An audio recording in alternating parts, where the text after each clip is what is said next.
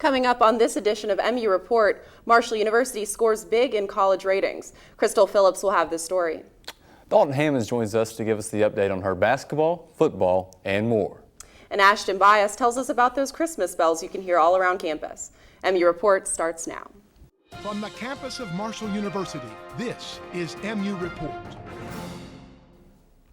Hello and welcome to MU Report. I'm Trevan. And I'm Jessie, Shafer. This is a student-produced newscast from the W. Page Pitt School of Journalism and Mass Communications at Marshall University. Now on to our top story. Marshall University is on the list of best regional universities for 2012. U.S. News & World Report ranked Marshall 39 in the South Regional Universities. And as Crystal Phillips reports, it's an honor just to still have Marshall in the top 40. The 70 acres in the city of Huntington is a location of an established institution that was founded in 1837. I think my favorite thing about Marshall is that it has small classes. You really get to know your professors. They are really supportive in academic situations. 50 years as a university, U.S. News & World Report honored Marshall with ranking 39 in the South Regional Universities for 2012. We're in the top 40 in the South, and that's where we've been pretty consistently for the past several years.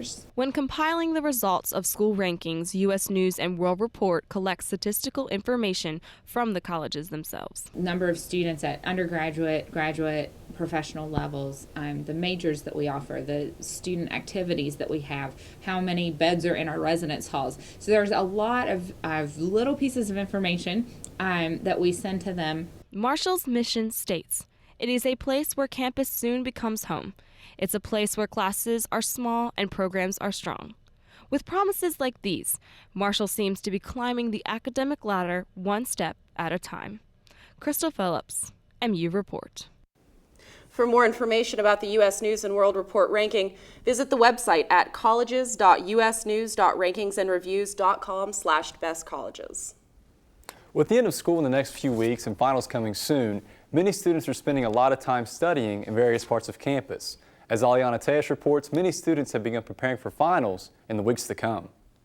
As the semester comes to the final stretch, many students are spending a lot of time in the library studying for finals and finishing their last assignments. The Study Center at Drinko Library and the Help Program at this time of the year are very busy and filled with students. Well, they come in and we go through notes and review notes and do outlines of chapters, review reading. Students are preparing for finals by staying up and pulling all-nighters in the Drinko Library, trying to put together those last-minute papers and preparing for finals in the upcoming weeks.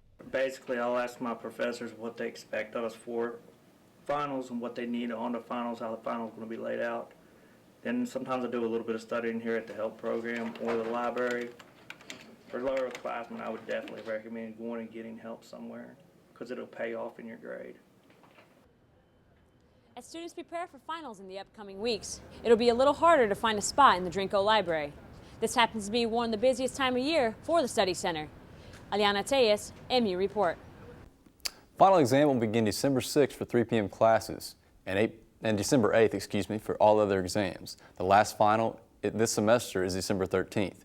Drinko Library and the Study Center will be open 24 hours, Monday through Thursday, Friday until 6 p.m., Saturday at 10 a.m. until 6 p.m., and the library will reopen Sunday at 1 p.m.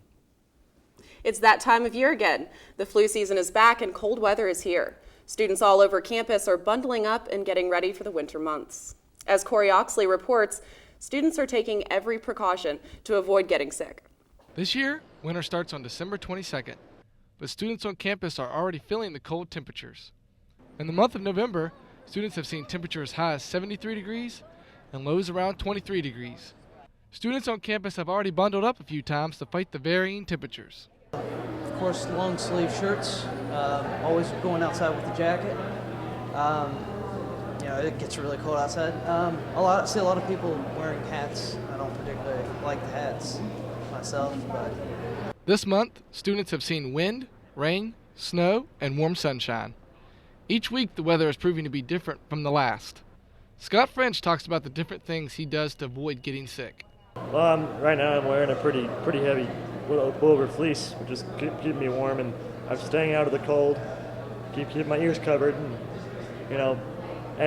when someone's about to cough, I always try to move away from their face.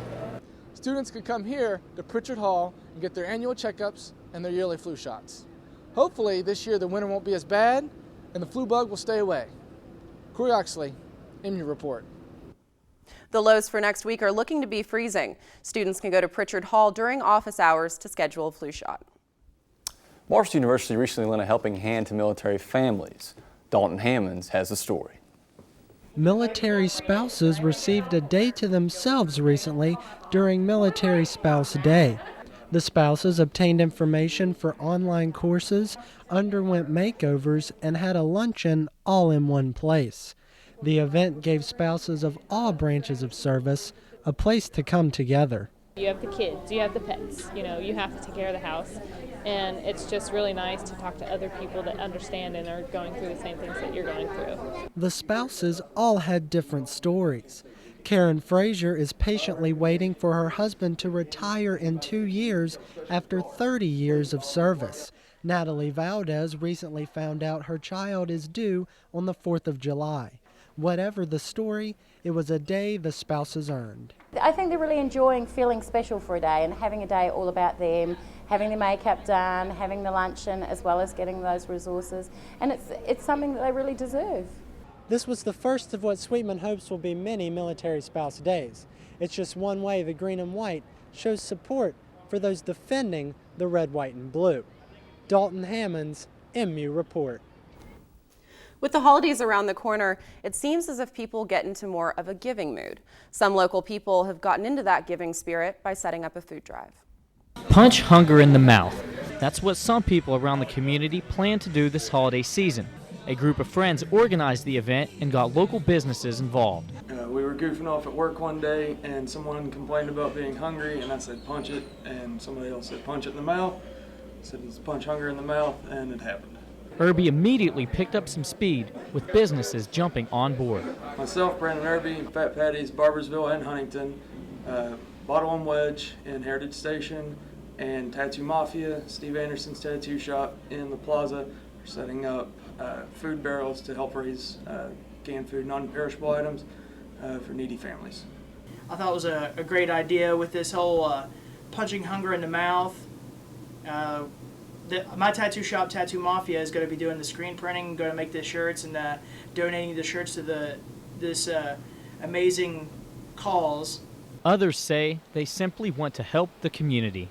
Well, we think Huntington Area Food Bank's a great cause. Obviously, it provides for a lot of needy people. Anything to help our community, who obviously is our customer base. We want to make sure that we help take care of them. And what better way than to feed somebody over the holidays or even after the holidays. Irby says the event lasts until December 23rd. He added that all donations and money raised by the food drive will be donated to the Huntington Area Food Bank. Dale Johnson, MU Report.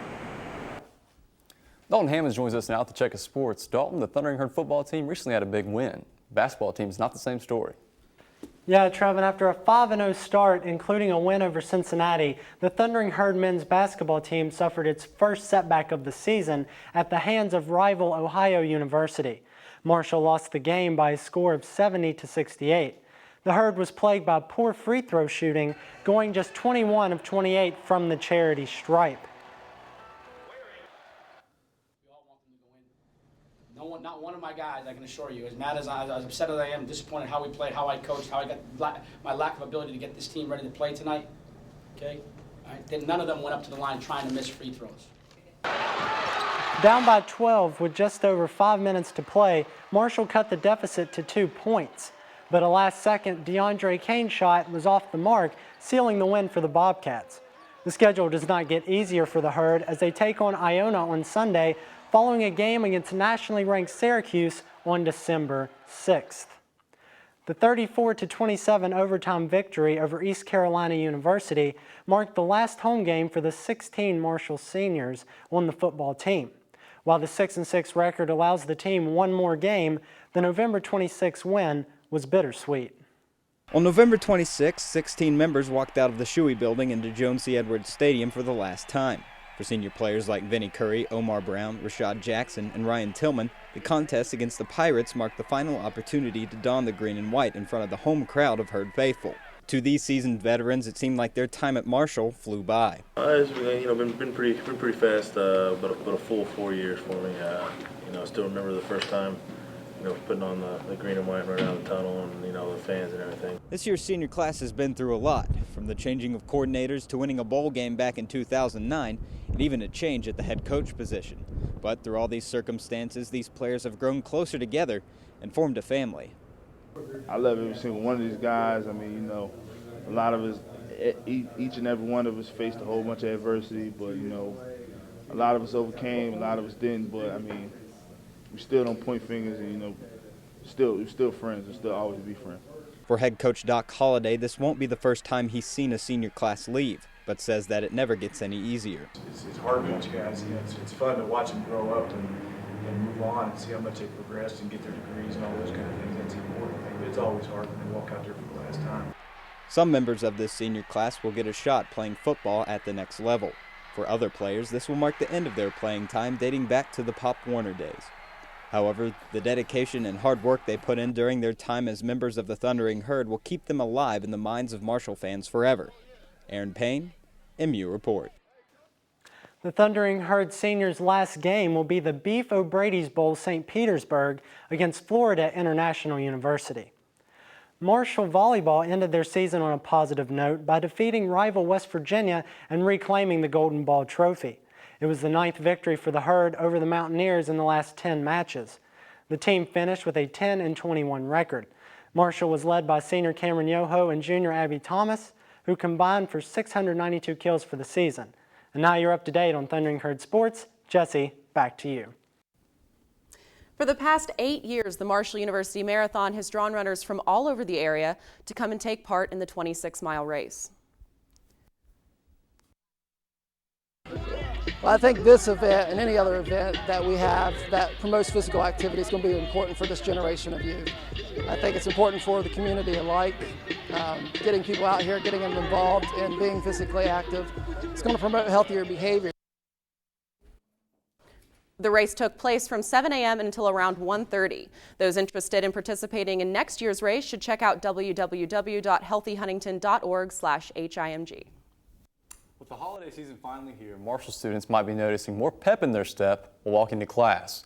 The bells above Morrow Library are chiming Christmas carols across campus. Ashton Bias tells us more.